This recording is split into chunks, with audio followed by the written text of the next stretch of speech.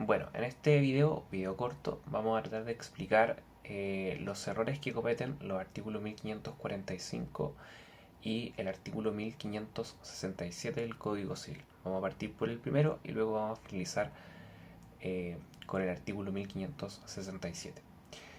En primer lugar, el artículo 1545 es un artículo sumamente importante que se estudia transversalmente en todos los civiles, pero fundamentalmente a propósito de los contratos.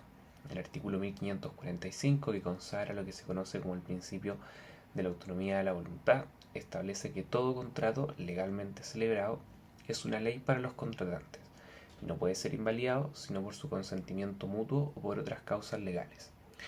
¿Cuál es el error que comete este artículo?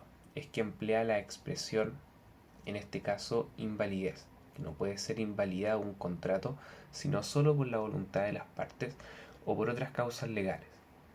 Entonces nos vamos a quedar con esa expresión, invalidación. ¿Por qué? Porque esta expresión, invalidación, invalidar, alude a una institución propia, que es una sanción civil, que es efectivamente la nulidad. Entonces, con esta redacción que emplea el artículo 1545, nosotros podemos concluir, ¿cierto?, que las partes podrían eventualmente declarar la nulidad de un contrato, lo cual es absolutamente incorrecto y por ello que la doctrina sugiere que lo que debió haber dicho en definitiva el artículo 1545 del Código Civil es que todo contrato legalmente celebrado es una ley para los contratantes y que no puede ser invalidado, esa es la expresión que hay que cambiarla, por no puede dejarse sin efecto, sino solo por la voluntad de las partes o bien por otras causas legales. Ese es el primer error del artículo 1545. Bien, entonces resumiendo, el artículo 1545 del Código Civil incurre en ese error toda vez que da a entender que las partes declaran la nulidad de un contrato, siendo que ello no puede ocurrir toda vez que la nulidad debe ser declarada judicialmente. Vale decir, solo un juez puede declarar la nulidad de un contrato. Entonces ahí nosotros encontramos el error del artículo 1545 del Código Civil. Y luego nos encontramos ante el artículo 1567.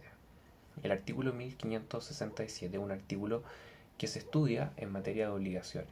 Nosotros estamos estudiando para el examen de grado, precisamente en obligaciones, en la parte final, nos encontramos con esta materia de los modos de extinguir las obligaciones.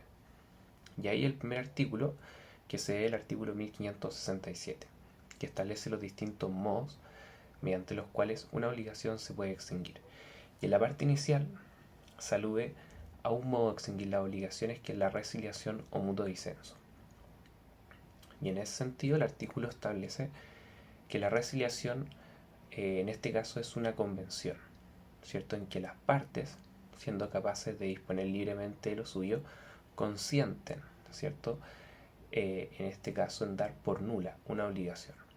Entonces acá se alude ya directamente a la nulidad como si las partes pudiesen declarar la nulidad, lo cual también es incorrecto toda vez que solo el juez puede declarar la misma. Por lo tanto, la resiliación o mutuo disenso, si nosotros lo definimos a partir del artículo 1567, inciso primero, caeríamos en ese error. Por lo tanto, ahí solo hay que cambiar esa palabra y señalar que la resiliación es una convención mediante la cual las partes, siendo capaces de disponer libremente de lo suyo, pueden dejar sin efecto, ¿sí?, una convención, sea a título gratuito u oneroso, extinguiéndose las obligaciones actualmente vigentes. Haciendo un poco relación con el aforismo que las cosas en derecho se deshacen de la misma forma en que se hacen. Bueno, esos son los errores entonces que incurren los artículos 1545 y 1567 y los estudiamos en forma conjunta solamente para hacer énfasis en que el legislador cometió en ambos artículos el mismo error.